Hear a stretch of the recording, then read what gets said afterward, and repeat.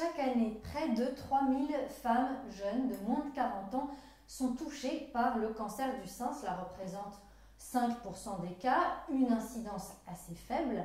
Du coup, le cancer du sein chez la femme jeune reste méconnu du grand public, voire des professionnels de santé. Et les premiers signes, une grosseur inhabituelle par exemple, ne provoquent pas forcément d'inquiétude chez ces jeunes femmes, d'autant que le dépistage systématique n'est proposé en France qu'à partir de l'âge de 50 ans. Alors l'Institut Curie est le premier centre européen de prise en charge des cancers du sein et les pionniers de l'oncogénétique en France.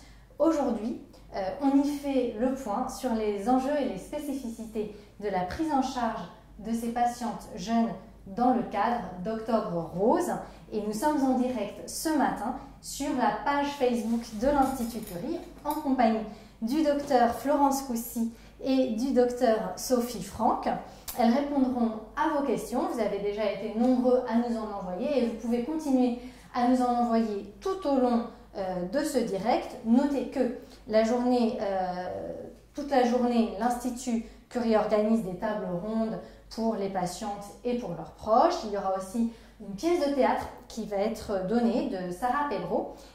Et tous ces événements seront relayés sur les réseaux sociaux, Twitter, Instagram, page Facebook de l'Institut Curie.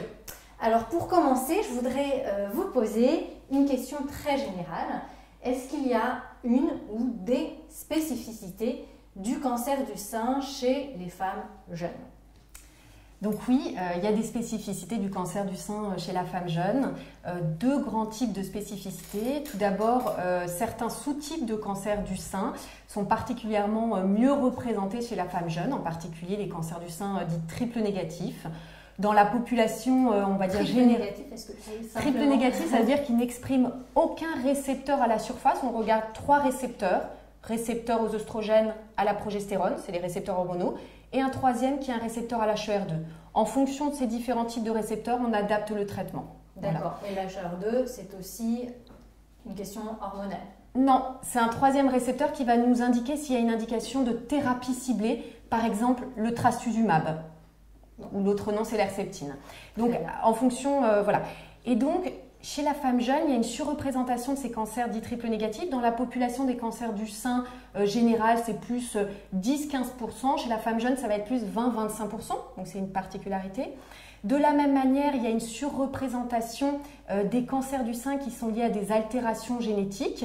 De la même manière, dans une population générale, c'est plutôt 5% des cancers du sein qui sont expliqués par ces altérations génétiques, et dans la population des femmes de moins de 40 ans, c'est plus 10-12%. Donc ça, c'est des caractéristiques, on va dire, oncologiques, des caractéristiques liées au cancer.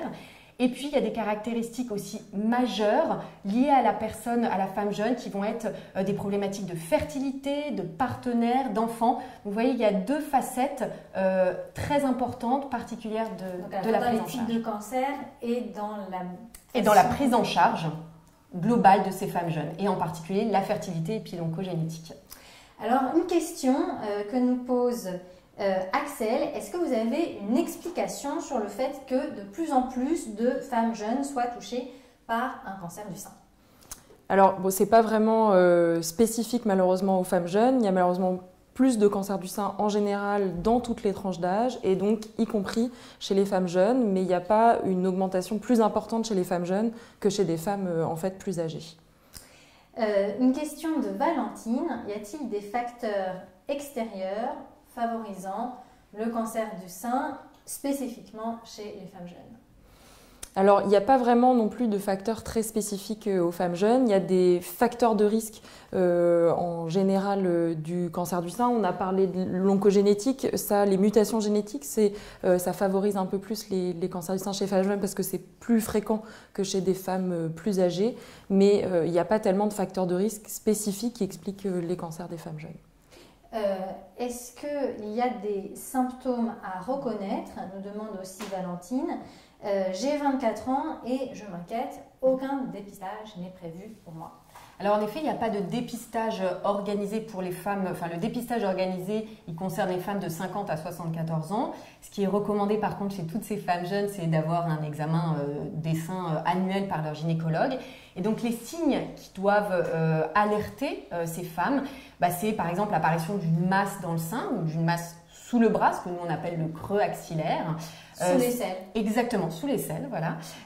Une déformation du sein, une déformation du mamelon. Le mamelon, par exemple, qui peut être rétracté alors qu'il ne l'a jamais été avant. Une couleur, le sein qui devient rouge, l'aspect de la peau qui devient peau d'orange. Pas le mamelon. La couleur du sein qui normalement est plutôt pâle, qui deviendrait plutôt rouge. La peau qui deviendrait comme un aspect peau d'orange, vous voyez, un peu piqueté comme ça. Un écoulement mamelonnaire, un écoulement sanglant. Voilà, tout ça, c'est des signes qui doivent bien sûr alerter et aller consulter son médecin. Une question de Sylvie. J'ai eu un cancer du sein à 37 ans. J'ai vu 4 généralistes différents suite à des grosseurs au niveau des seins avant que l'un d'entre eux parle de la piste d'un cancer du sein. Comment expliquez-vous cela? Les mentalités sont-elles en train de changer au niveau du dépistage? Alors, encore une fois, il n'y aura pas de dépistage organisé chez les femmes jeunes, ça reste heureusement peut-être un événement rare, le cancer du sein chez une femme jeune. Donc c'est vrai que c'est ça aussi qui fait qu'on y pense moins souvent. Maintenant, je crois quand même que le message passe plus chez les professionnels de santé, puis aussi chez les jeunes femmes, qu'il faut, comme on vient de le dire, s'alerter de la moindre modification du sein. Mais c'est vrai que c'est aussi, heureusement, pas le diagnostic le plus fréquent quand on sent une masse dans un sein d'une femme jeune. Donc c'est pas forcément la première hypothèse diagnostique, mais bien sûr, il faut l'éliminer parce que c'est-à-dire si c'est pas un cancer, qu'est-ce que ça peut être? Alors ça pourrait être un kyste, il y a des masses bénignes du sein comme les adénofibromes par exemple, qui n'ont pas de potentiel de se transformer en cancer, mais il faut s'assurer du diagnostic, c'est-à-dire que forcément le cancer ne va pas être la première idée qu'on va avoir, mais il faut l'éliminer parce que c'est le plus grave. Et donc, pour l'éliminer, simplement, quel type de dépistage? Alors, déjà, un bon examen clinique, parce qu'il y a des choses simplement à l'examen clinique qu'on va pouvoir rassurer éventuellement les patientes. Et puis après, on va parfois se tourner vers des examens. Échographie mammaire, je dirais, en premier lieu chez une femme jeune, et parfois le recours à la mammographie, voire après, on peut aller plus loin dans les explorations, faire des prélèvements, une biopsie, une ponction, ou le recours à l'IRM mammaire. Mais ça va être, des étapes à suivre. C'est déjà un bon examen clinique, l'avis d'un médecin, et puis une échographie, c'est l'examen de première intention. Une question de Nathalie. Peut-on faire un lien entre l'utilisation de la pilule et le développement de cancer du sein chez des cancers du sein qui arrivent de plus en plus jeunes chez les femmes? Alors, vous aviez déjà dit qu'il n'y avait pas proportionnellement de plus en plus de femmes jeunes qui étaient malades. Est-ce qu'elles sont malades de plus en plus jeunes? C'est un peu compris dans la question. Non, pas spécialement. Non, l'âge au diagnostic du cancer du sein ne s'avance pas, si c'est ça la question. Et alors, le lien avec la pilule? Alors, le lien avec la pilule, c'est très discuté, ça fait couler beaucoup d'encre, ça continuera, je pense, à en faire couler beaucoup. En fait, il y a eu beaucoup de discussions, il y a eu des études, effectivement, qui ont suggéré qu'il y avait un surrisque qui est quand même pas majeur de cancer du sein associé à la pilule. Et puis, en fait, il y a eu des méta-analyses, c'est-à-dire une étude où on compile toutes les études et qui, elles, n'ont pas montré qu'il y avait de surrisque associé à la pilule. Donc c'est vrai que ça a plutôt rassuré. Il y a eu quand même l'année dernière une étude assez importante avec des pilules récentes, parce que c'était ça aussi une des critiques des études anciennes, c'est que c'était des pilules en fait qu'on n'utilise plus aujourd'hui, avec des doses d'œstrogènes beaucoup plus importantes des pilules mini-dosées qu'on a aujourd'hui, et qui elle a de nouveau mis une petite alerte sur peut-être un surrisque de cancer du sein. Mais disons que c'est quelque chose qui doit être confirmé. Je pense qu'il n'y a pas d'inquiétude majeure à avoir, et puis surtout, c'est pas le seul effet de la pilule. Il y a quand même l'efficacité contraceptive, et puis il y a par exemple une preuve qui a été montrée de diminution du risque de cancer de l'ovaire. Et donc à chaque fois, comme tous les traitements, c'est un rapport entre ce qu'on attend du traitement et puis le risque qu'on prend. Et en tout cas, par rapport au cancer du sein, c'est pas un risque du tout majeur sur les petites inquiétudes si c'est confirmé. Toujours de Nathalie, une autre question. Tous les médecins sont-ils sensibilisés à la question de la maternité? Parce qu'avoir un cancer du sein jeune, c'est parfois des conséquences aussi sur des projets de maternité. Personnellement, dit-elle, on ne m'a jamais proposé de préserver mes ovocytes. Qu'en pensez-vous? Alors, c'est aussi d'ailleurs pour ça qu'on fait Octobre Rose sur la femme jeune cette année. C'est pour que justement on sensibilise tout le monde aux problématiques spécifiques de la femme jeune, dont la maternité. À l'heure actuelle, parler de fertilité est largement recommandé par le plan cancer. Donc, normalement, une patiente qui arrive dans un centre qui a un cancer, on se doit de toute manière de l'informer sur les possibles conséquences des différents traitements sur la fertilité et sur la possibilité éventuelle de conserver sa fertilité. Donc, comme la patiente le disait, une congélation ovocitaire, une congélation embryonnaire ou autre. Par contre, ce qu'il faut savoir, c'est que même si on a différentes techniques possibles de préserver la fertilité, toutes ne sont pas possibles à faire en fonction des différents timings de traitement. En particulier, quand on commence par la chimiothérapie, on ne propose pas de congélation ovocitaire avec stimulation. Donc, il y a peut-être une nuance à apporter sur en effet le vécu de cette patiente. Peut-être qu'elle a été dans un schéma thérapeutique où toutes les techniques de préservation n'ont pas pu être menées parce que, par exemple, on voulait commencer par la chimiothérapie. Et ça dépend du stade auquel le cancer... Ça dépend du stade et du type de cancer. En effet, il y a certains types de cancers et en fonction de la taille, on va par exemple vouloir commencer par une chimiothérapie première. Et lors d'une chimiothérapie première, on évite de stimuler les ovaires afin éventuellement de conserver les ovocytes. Donc, on a d'autres techniques qu'on peut éventuellement proposer, mais en effet, voilà, ça va dépendre de la priorité reste la priorité du traitement adapté. Donc, on s'adapte après pour proposer différents types de préservation de fertilité. Alors, vous avez commencé par nous présenter, en réponse à ma question générale, les spécificités du cancer chez les femmes jeunes. On va peut-être développer un petit peu parce qu'il y avait des questions un petit peu précises à poser, d'autant qu'on a une question justement de Karine. Est-ce qu'un cancer du sein à 20 ans est systématiquement issu d'une mutation génétique ? Alors, 20 ans, c'est effectivement un âge assez extrême dans les cancers du sein. Effectivement, ça justifie une consultation en oncogénétique pour faire une recherche éventuellement d'une altération génétique qui pourrait expliquer ce cancer.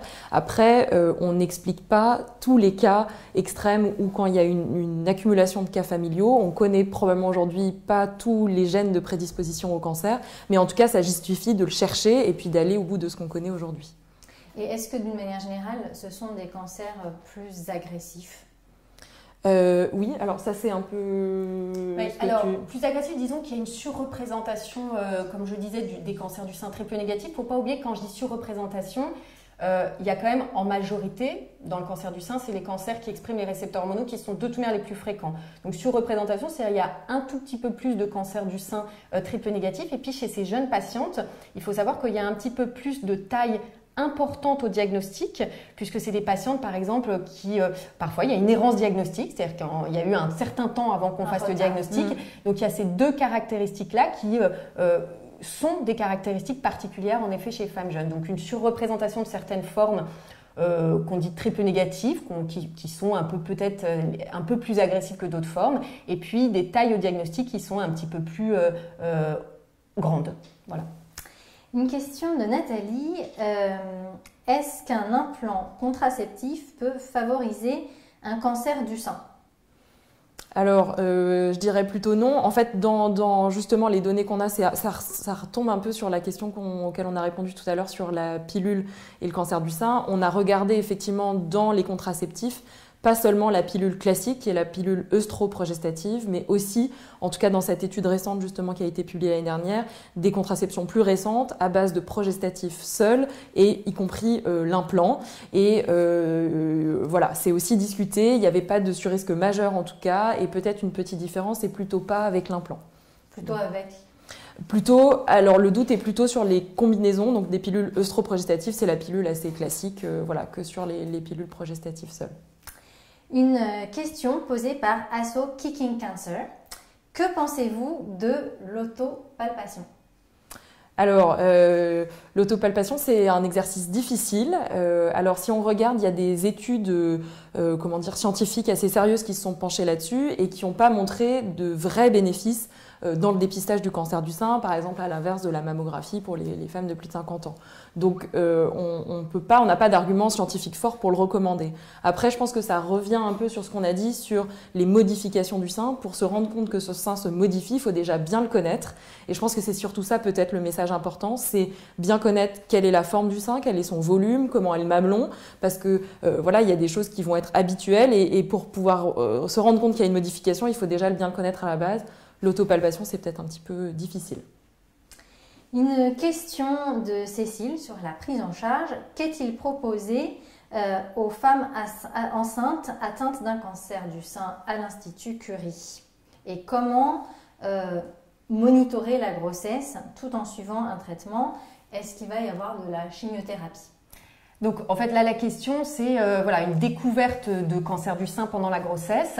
Donc ce qu'il faut savoir c'est que donc il y a différents types de traitements. La chirurgie elle est faisable à différents temps de la grossesse. Alors on parle en trimestre souvent pour la grossesse, premier trimestre, deuxième trimestre, troisième trimestre. Ça parlera aux femmes enceintes qui savent. Donc en gros ce qu'il faut savoir c'est voilà, la chirurgie elle est possible premier trimestre, deuxième trimestre, troisième trimestre. Quand je dis elle est possible, c'est-à-dire qu'elle est possible et surtout optimale. Le but c'est de traiter une femme enceinte qui a un cancer du sein de manière le plus optimale possible.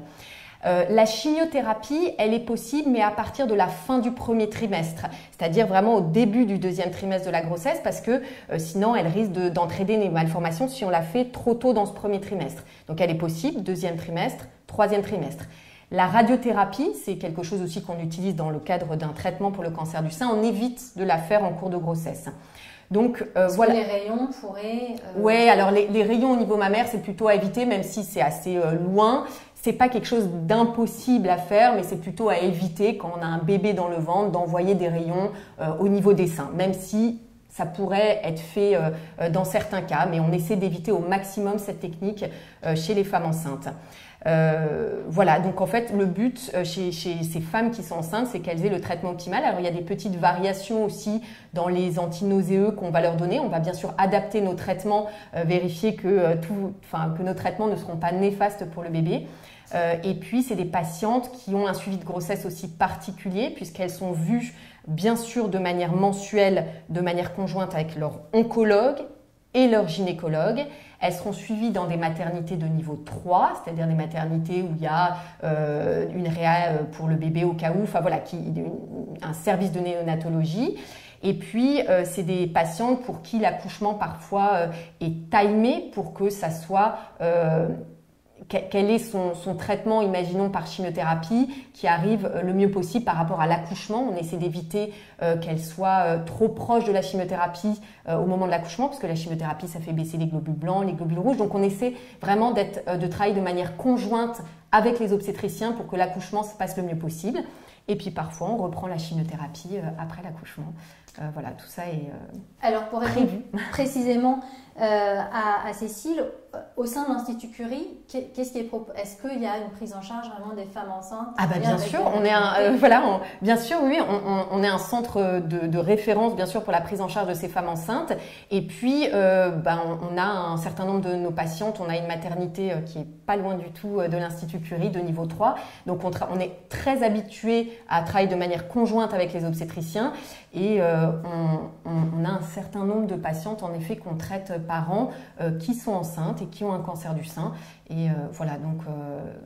Et quand il y a un diagnostic de cancer avant le deuxième trimestre, à ce moment-là, comment ça se passe? Alors, on peut parfois faire de la chirurgie. On peut être amené à essayer de décaler la chimiothérapie. Donc, il y a différentes choses. Après, il y a des cas très compliqués où si la patiente n'est pas opérable d'emblée et a besoin d'une chimiothérapie très tôt alors qu'elle est en tout début de grossesse, là, parfois, en effet, il faut aussi discuter l'interruption de grossesse. Heureusement, c'est rare, mais c'est des questions qui peuvent se poser dans des cas non opérables d'emblée et des cas qui sont très tôt dans la grossesse.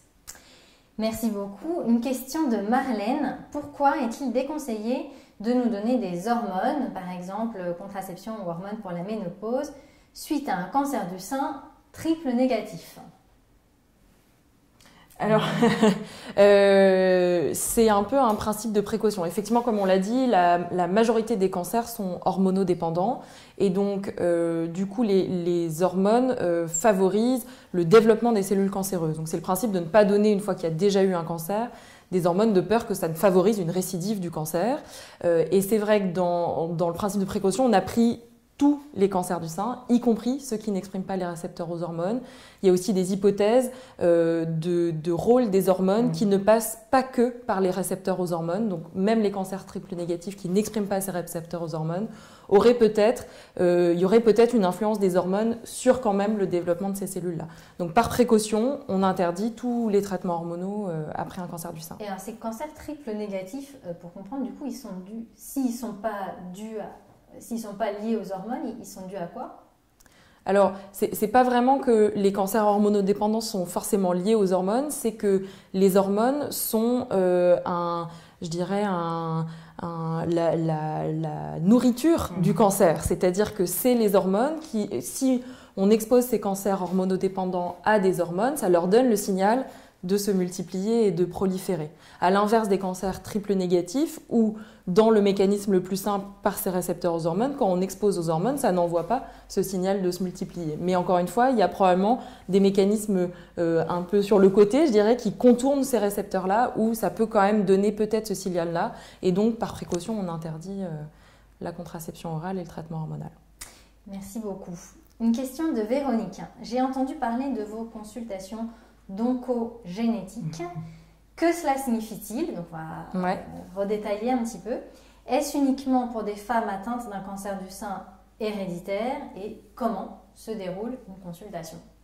Alors, l'oncogénétique, pour définir, donc la génétique, c'est l'étude des gènes, donc ça fait partie de notre ADN, on est tous porteurs de gènes, et puis on a parfois des gènes qui sont mutés, on a une altération génétique qui peut avoir des conséquences. Et l'oncogénétique, c'est la recherche de mutations génétiques qui prédisposent au cancer, donc d'où le nom onco.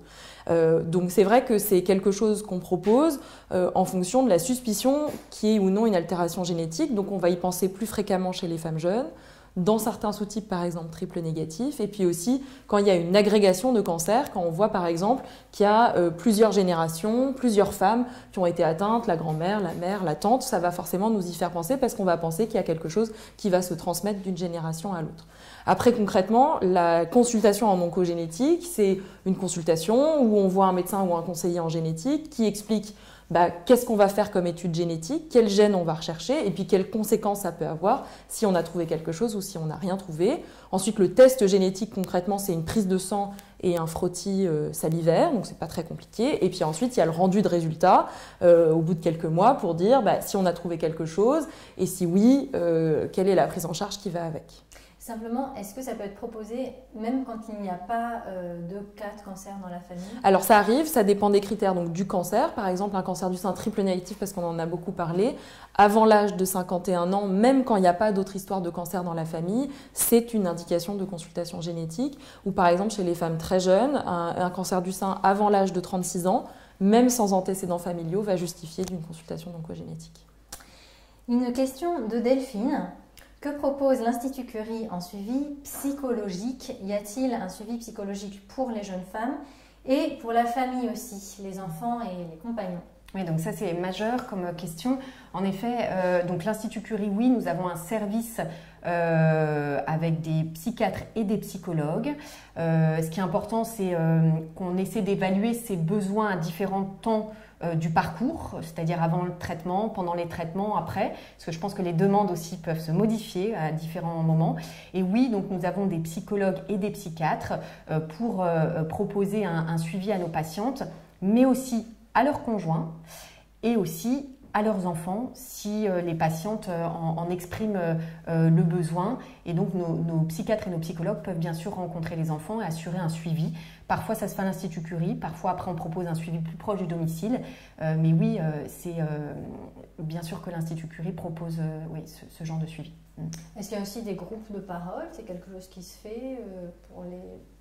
Alors, il y a des groupes de parole qui ne seront pas obligatoirement proposés dans le cadre de l'Institut Curie. Par exemple, nous avons aussi la Maison des patients qui va proposer différentes associations, différents groupes de parole possibles. pas obligatoirement toujours au sein de l'Institut Curie. Parfois, ça fait du bien peut-être de sortir un petit peu. Voilà. Mais oui, ça, c'est des choses qui sont proposées les patientes vont souvent se renseigner auprès de la maison des patients qui peut leur proposer différents groupes de parole, en effet. Une question de Charlotte. Chez les jeunes femmes atteintes d'un cancer du sein, proposez-vous systématiquement la chimiothérapie ou bien y a-t-il des spécificités de traitement sur ces cancers, par exemple la radiothérapie ou la protonthérapie? Il faudrait que vous nous expliquiez de quoi il s'agit et dans quel cas les proposez-vous alors? Alors, est-ce qu'il y a toujours de la chimiothérapie chez les femmes jeunes? Je dirais non. C'est-à-dire qu'en fait, finalement, l'indication de chimiothérapie et de traitement optimal n'est finalement pas si dépendante de l'âge, elle est plutôt dépendante des critères du cancer, c'est-à-dire la taille, l'envahissement des ganglions, le type de cancer en lui-même. Voilà, est-ce qu'il est triple négatif, est-ce qu'il exprime ce récepteur dont on a parlé à l'HER2, est-ce qu'il exprime les récepteurs hormonaux? Donc on va dire que c'est vraiment plutôt adapté l'indication du traitement aux critères du cancer. Par contre, il y a en effet certains types de traitements où l'indication peut être un petit peu modifiée en fonction de l'âge. Donc, il y a certaines indications de radiothérapie où l'âge peut être pris en compte, même si c'est assez minime. Je vais dire que ce qui va changer le plus chez les femmes jeunes, c'est plutôt le type d'hormonothérapie qu'on va leur proposer. Donc l'hormonothérapie, c'est ce traitement complémentaire qu'on propose aux patientes donc, dont les cancers expriment les récepteurs hormonaux. Et donc, on va dire de manière habituelle, c'est un comprimé à prendre par jour. Je ne vais peut-être pas rentrer dans les détails. Et chez certaines femmes jeunes, on va dire maximiser ce traitement d'hormonothérapie en proposant des injections mensuelles qui vont mettre les ovaires au repos. Donc ça, c'est une technique d'hormonothérapie et des modalités d'hormonothérapie qu'on va plus proposer aux femmes jeunes. Pourquoi? Parce qu'il y a des études qui nous montrent qu'associer un comprimé d'hormonothérapie et bloquer les ovaires chez les femmes jeunes diminue encore plus le risque de récidive dans certains types de cancer du sein que faire l'hormonothérapie habituelle par comprimé. Donc c'est certain. Bloquer les ovaires, ça se fait comment? Alors bloquer les ovaires, donc c'est des injections d'un traitement. Alors c'est peut-être un peu compliqué, mais en gros, vous savez que les ovaires, ils fonctionnent parce que dans la tête, on a une glande qui s'appelle l'hypophyse et qui envoie des signaux aux ovaires en disant « fonctionne, fonctionne ». Et donc là, cette injection, elle va dire à cette petite glande qu'on a là « calme-toi, arrête de fonctionner ». Et donc, elle ne pourra plus envoyer les signaux d'activation aux ovaires et les ovaires vont se mettre au repos. Donc en fait, c'est comme une ménopause induite finalement, sachant que si on arrête ce traitement par injection, la patiente n'est pas obligatoirement ménopausée. Enfin, voilà, exactement, c'est réversible. Les ovaires, s'ils doivent se réveillent, c'est ça que je veux dire. Voilà. Et dans le même temps, on donne un traitement par hormonothérapie. Pourquoi en fait? Alors, le traitement par hormonothérapie, c'est un traitement majeur d'ailleurs de toutes les femmes qui ont cancer du sein qui expriment les récepteurs hormonaux, puisque ça diminue le risque de récidive. Donc, c'est un traitement qui est complémentaire et majeur avec la chimiothérapie, la radiothérapie s'il y a une indication, la chirurgie. Et c'est vrai que ça vient un petit peu après tous ces traitements. Et l'hormonothérapie, c'est des comprimés à prendre entre 5 et 10 ans et qui permet de diminuer les risques de cancer du sein. Et la deuxième question, ça concernait la radiothérapie ou la protonthérapie. Oui. Alors, ce qu'il faut savoir, c'est qu'en effet, il y a différentes techniques de radiothérapie. À l'heure actuelle, on utilise à l'Institut Curie dans le cancer du sein, on va dire la radiothérapie comme la patiente l'a connue, que les patientes ont en tête. On a aussi sur le site d'Orsay la protonthérapie, mais qu'on n'utilise pas. Le site d'Orsay qui est lié à l'Institut Curie, voilà. Qu'on n'utilise pas à l'heure actuelle de manière commune dans le cancer du sein, qu'on utilise dans d'autres types de pathologies, mais il y a des études en cours et peut-être en effet que dans quelques temps, on l'utilisera dans certains types de cancer du sein, mais pour l'instant, on attend d'autres types de données robustes pour vraiment connaître la place de la protonthérapie dans le cancer du sein. Est-ce que vous pouvez simplement nous expliquer ce que c'est que la protonthérapie? C'est un type de radiothérapie qui utilise d'autres moyens d'envoyer les rayons, en gros. Voilà. Donc c'est un type de radiothérapie un peu différent de celui qu'on utilise habituellement dans le cancer du sein. D'accord. Et dans quel cas est-ce que vous les proposez, les radiothérapies plutôt que les chimiothérapies? Ça, c'est aussi en fonction, c'était la fin de la question de Charlotte. Alors ça, c'est un peu différent. C'est-à-dire que l'indication d'une chimiothérapie, elle se fait en fonction, comme je disais, des des caractéristiques du cancer du sein, la taille du cancer du sein, son type, est-ce que c'est un triple négatif, les récepteurs, est-ce qu'il y a un index de prolifération élevé, est-ce que le cancer prolifère vite ou pas, est-ce qu'il y a un envahissement ganglionnaire. Donc si vous voulez, on a des référentiels qui sont basés sur des études et qui nous guident hein, sur l'indication de la chimiothérapie. Le but étant, grâce à cette chimiothérapie, de diminuer le risque de récidive. C'est aussi pour ça qu'il y a certaines patientes qui n'auront pas d'indication de chimiothérapie. Voilà.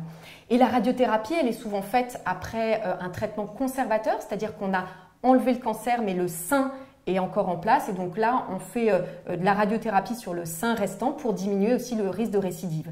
Sachant qu'il y a aussi de la radiothérapie, même quand on a enlevé le sein en entier. Des indications sont un petit peu moindres, mais on peut aussi faire de la radiothérapie bien qu'on ait enlevé le sein. Donc pour éliminer les risques de récidive. Exactement. Oui.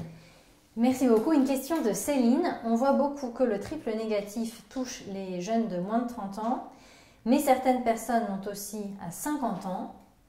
Avez-vous une explication? C'est un peu, enfin, je pense qu'on en a parlé au début, c'est-à-dire que le triple négatif, c'est un sous-type de cancer du sein qui est, encore une fois, pas la majorité des cancers du sein, mais qui est représenté en proportions différentes en fonction de l'âge. Donc, il y en a effectivement chez des femmes plus âgées, mais ça représente plutôt voilà, une dizaine de pourcents des cancers, alors qu'on va plutôt s'approcher des vingtaines de pourcents chez les femmes plus jeunes. Bon, voilà, donc c'est juste une histoire de proportion, mais il n'y a pas vraiment d'explication là-dedans, hormis peut-être, on retombe aussi sur ce qu'on a dit, sur l'oncogénétique. On connaît certaines mutations génétiques, comme par exemple BRCA1, qui sont plus fréquentes chez les femmes jeunes, et ces patientes-là font plus fréquemment des triples négatifs. Donc ça explique probablement... Donc la mutation de ce gène, que vous avez appelé BRCA1, donne plus fréquemment des triples négatifs, et on les trouve plus fréquemment chez des femmes plus jeunes. Donc voilà, tout est un peu lié, quoi. Merci beaucoup. Une question de Marlène. La recherche avance-t-elle pour trouver des traitements permettant d'éviter la récidive pour les triples négatifs, comme chez les hormonodépendantes? Oui, donc oui, la recherche, elle avance. Donc particulièrement, donc là, il y avait deux types de questions. Dans les cancers du sein triple négatif, par exemple, nous avons des traitements complémentaires qu'on ne donnait pas obligatoirement il y a 2 ou 3 ans. Par exemple, quand on commence par une chimiothérapie et qu'on opère la patiente, en fonction de la réponse à la chimiothérapie qu'il y a sur la pièce opératoire, est-ce qu'il n'y a plus du tout de cancer ou est-ce qu'il reste encore des petites choses de cancer, on peut proposer un traitement complémentaire, par exemple par 6 mois de chimiothérapie orale, qui permettent de diminuer le risque de récidive chez des patientes chez qui il reste encore un petit peu de maladie quand on a enlevé la pièce opératoire. Donc vous voyez, en fonction de la réponse à la chimiothérapie, on a des traitements complémentaires à poser. Donc ça, par exemple, c'est quelque chose, il y a quelques années, on n'avait pas encore les études assez robustes qui nous permettaient de donner ce traitement. Donc maintenant, on a des études robustes qui nous disent, voilà, ce traitement complémentaire est efficace. On a la même chose dans les cancers du sein qui expriment les récepteurs à l'HER2. Et puis pour l'hormonothérapie, oui, les études avancent. Donc deux choses, comme je l'ai dit tout à l'heure chez ces femmes jeunes, donc le blocage ovarien dans l'idée de maximiser l'hormonothérapie qui diminue le risque de récidive dans certains types de cancers du sein. Et puis la durée de l'hormonothérapie aussi. Vous savez qu'il y a quelques années, la durée de l'hormonothérapie, c'était 5 ans pour tout le monde, parce que les études avaient montré que 5 ans faisait mieux que 3 ans, 2 ans, enfin voilà. Et puis on s'est posé la question, est-ce que chez certaines patientes, avec certaines caractéristiques toujours pareilles de leur cancer du sein, est-ce que 7 ans, 10 ans, ça ferait pas mieux? Et donc, par exemple, chez les femmes jeunes, on a montré que prolonger l'hormonothérapie de 10 ans, quand il y avait certains critères d'agressivité, faisait mieux que 5 ans. Et de la même manière, chez les femmes ménopausées, on a le même type d'études qui nous montrent que, pareil, dans certains types de cancers, avec certains critères, 7 ans ferait mieux que 5 ans. Donc vous voyez, oui, il y a des changements de pratique, des traitements aussi un petit peu novateurs.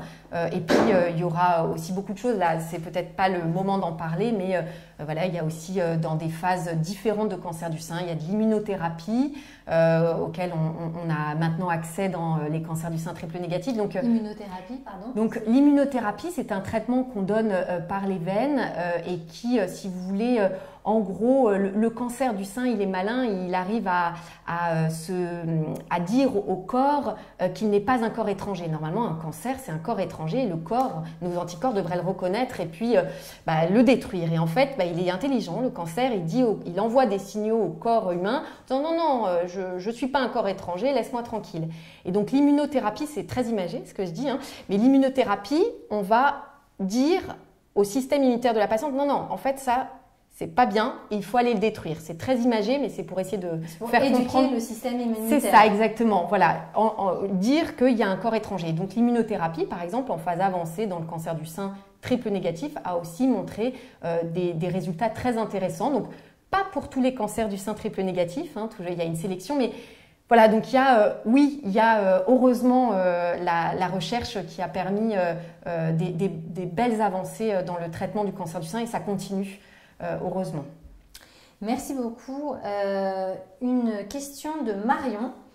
J'ai 29 ans et je viens d'être diagnostiquée d'un cancer du sein. Quelles sont les recommandations de l'Institut Curie pour préserver ma fertilité ? La chimiothérapie va-t-elle avoir un impact sur mon cycle menstruel et quelles seront mes chances d'être un jour enceinte ? Alors, donc il y a plusieurs questions dans cette question. Alors, la première chose, c'est oui, la chimiothérapie, elle peut impacter, oui, sur la fertilité.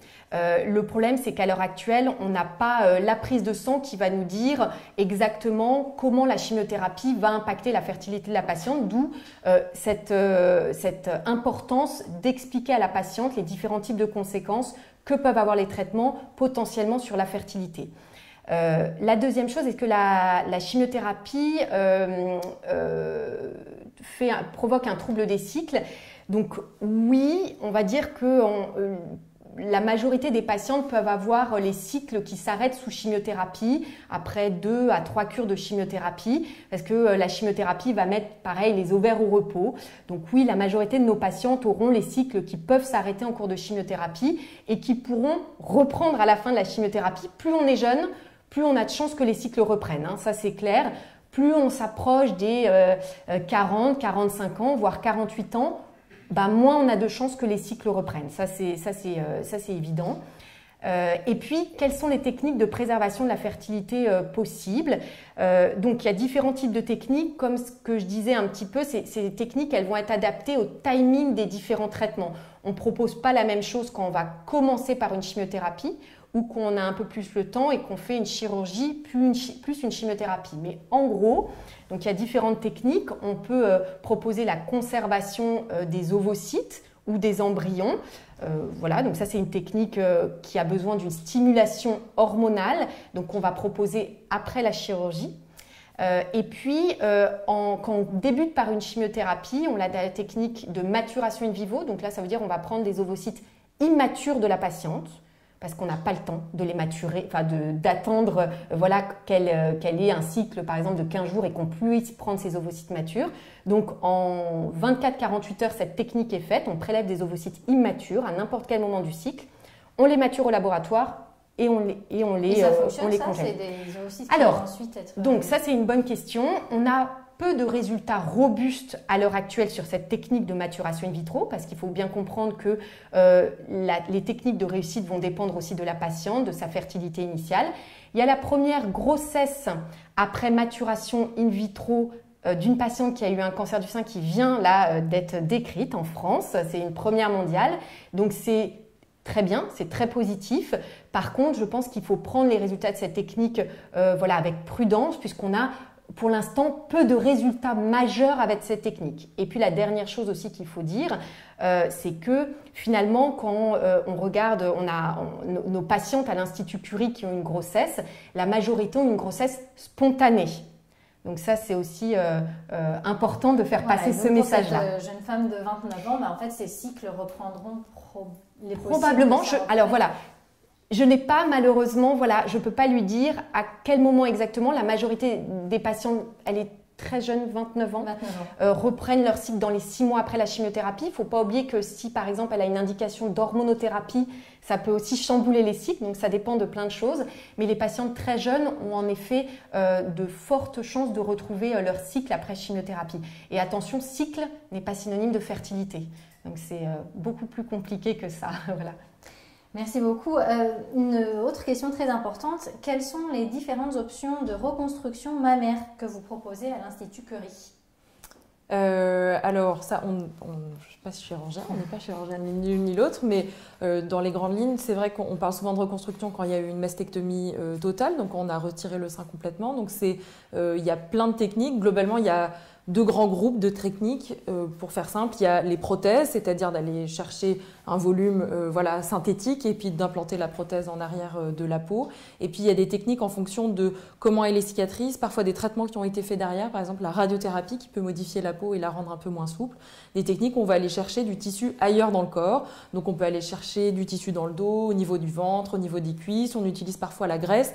On va faire comme des liposuctions pour aller réinjecter la graisse au niveau de la cicatrice. Donc voilà, après, en fonction de comment est la cicatrice, de quelle est la morphologie de la patiente. Parfois, les chirurgiens demandent de faire des examens complémentaires aussi pour d'emblée éliminer certaines techniques en se disant ça va pas être possible chez vous. Voilà, donc il y a en gros ces deux grandes classes de techniques qu'on peut proposer, mais c'est adapté à chaque cas. Et une toute dernière question.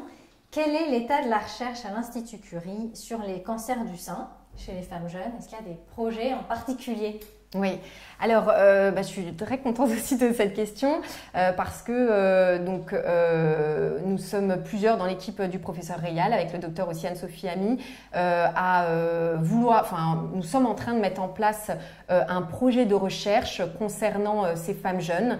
Ça nous semblait important justement de faire un focus sur ces femmes jeunes. Donc le but de ce projet, déjà c'est un projet particulier, c'est un projet qu'on dit collaboratif, c'est-à-dire qu'on veut monter avec les patientes et on veut absolument avoir le retour des patientes et c'est comme ça qu'on mènera à bien notre projet parce que je pense que maintenant la médecine ça se fait avec les patientes et les médecins et c'est comme ça qu'on fait avancer et qu'on améliore la prise en charge de nos patientes.